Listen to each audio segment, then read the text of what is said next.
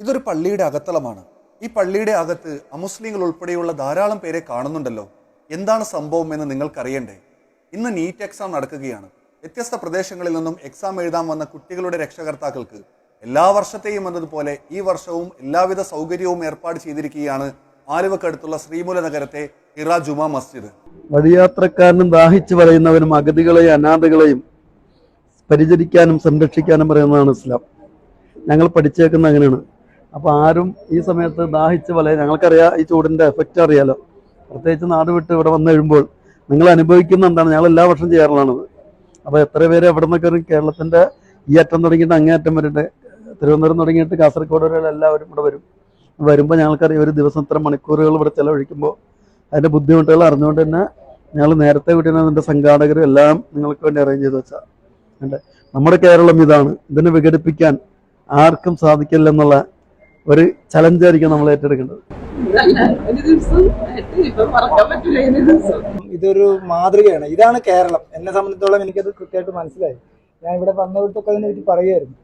കാരണം ഇവിടെ വന്നൊരു 90% ആൾക്കാർ ഈ പള്ളിയിൽ വന്ന് AC റൂമിൽ ഇരിക്കുക, റെസ്റ്റ് ഹൗസ് പോലെ നമുക്ക് എല്ലാ സൗകര്യം, അതിലുപരി പഴം, മുന്തിരി, നമ്മുടെ തണ്ണിമത്തൻ ജ്യൂസ് എല്ലാവർക്കും കൊടുത്ത് നമ്മളിവിടെ കയ്യും കാലും കഴുകാൻ വിശ്രമിക്കാനുള്ള എല്ലാ സൗകര്യവും തന്നു. ഒരു വലിയ കരുതലായിരുന്നു. കേരളത്തിന്റെ പുകൾപെറ്റ മതസൗഹാർദ്ദം എങ്ങനെയാണ് നമ്മുടെ നാട്ടിൽ പുലരുന്നു എന്നതിന്റെ ഒരു മികച്ച മാതൃകയായിരുന്നു ഇവിടെ വന്ന എല്ലാവർക്കും ദാഹിക്കുന്ന മാത്രയിൽ ജ്യൂസും അതുപോലെ തന്നെ വിശക്കുന്ന സമയത്ത് പഴവും ഒക്കെ കൊടുക്കുന്നു. ഒരു മികച്ച ആതിഥ്യ മര്യാദ.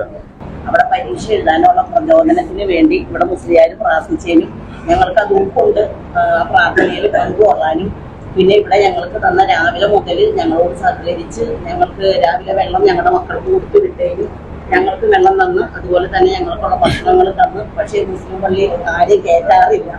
പക്ഷെ ഞങ്ങളോട് നിങ്ങൾ സഹകരിച്ചതിനും എല്ലാ കാര്യങ്ങൾക്കും ഞങ്ങൾക്ക് നിങ്ങളോട് കടപ്പാടും നന്ദിയുണ്ട്. ഇത്ര ക്ലോസ് ആയിട്ട് ഒരു പള്ളിക്കകത്ത് കയറി ഇരുന്ന് വിശ്രമിച്ച് എല്ലാവിധ സൗകര്യങ്ങളും സത്യം പറഞ്ഞാൽ എനിക്ക് കണ്ണ് നിറയാൻ സംസാരിക്കും. പിന്നെ നമ്മളൊക്കെ ഓരോ കുടുംബത്തിൽ ജനിച്ചതിൻ്റെ പേരിൽ പല പല മതങ്ങളൊക്കെ ആയിട്ട് നമ്മൾ വന്നിട്ടുണ്ട്. ആ മതമൊന്നുമല്ല ദൈവം കൊണ്ടുവന്നത്. ദൈവം കൊണ്ടുവന്നത് മനുഷ്യനും അമ്മ പെങ്ങന്മാർ കുടുംബമാണ്. മനസ്സിലല്ലേ? ആ ദൈവം ആരാണെന്ന് നമ്മൾ ആരും ഇതുവരെ കണ്ടിട്ടില്ല.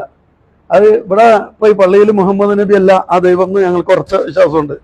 അത് ഞങ്ങൾ യേശു അല്ല, കൃഷ്ണനല്ല, രാമനല്ല, അതിനേക്കാൾ അപ്പുറം ഒരു ജഗദീശ്വരൻ ഉണ്ടെന്ന് വിശ്വസിക്കുന്നവരാണ് നമ്മളൊക്കെ കൈമുറിഞ്ഞാൽ വരുന്ന ബ്ലഡ് ഒന്നാണ്. നമ്മൾ അങ്ങോട്ടും ഇങ്ങോട്ടും പല പല ശരീരത്തിന്റെ അവയവങ്ങൾ അങ്ങോട്ടും ഇങ്ങോട്ടും മാറ്റിവെക്കുന്നവരാണ്. അതിൽ ജാതി മതം നോക്കിയിട്ടല്ല. ഇതെല്ലാം ഓരോ ആളുകൾ സമുദായം ഉണ്ടാക്കിയാണ് അവരുടെ എന്തോ നേട്ടത്തിന് വേണ്ടിയിട്ടാണ്. വീണ് കിടക്കുന്നവൻ, തല ഇറങ്ങി കിടക്കുന്നവൻ ആരാണെങ്കിലും അവിടെ തണൽ നിങ്ങൾ കണ്ടിട്ടുണ്ട ഒരു വാഹനം എല്ലാ ദിവസങ്ങളിലും ക്യാൻസറൊക്കെ ആയിട്ട് കിടക്കുന്ന വീടുകളിൽ പോയിട്ട് പരിചരിക്കുന്നതാണ് നമ്മളത്. അപ്പോൾ ജഗദീശ്വരൻ എന്നുള്ള സൃഷ്ടാവിൻ്റെ സൃഷ്ടികളാണ് നമ്മളെല്ലാവരും ഒന്നാണ്. ഈ സന്ദേശമാണ് ഞങ്ങൾക്ക് നിങ്ങളോട് നൽകാനുള്ളത്. അത് തന്നെയാണ്, നമ്മൾ ഒന്നാണ്, നമ്മൾ ഒന്നായിരിക്കണം.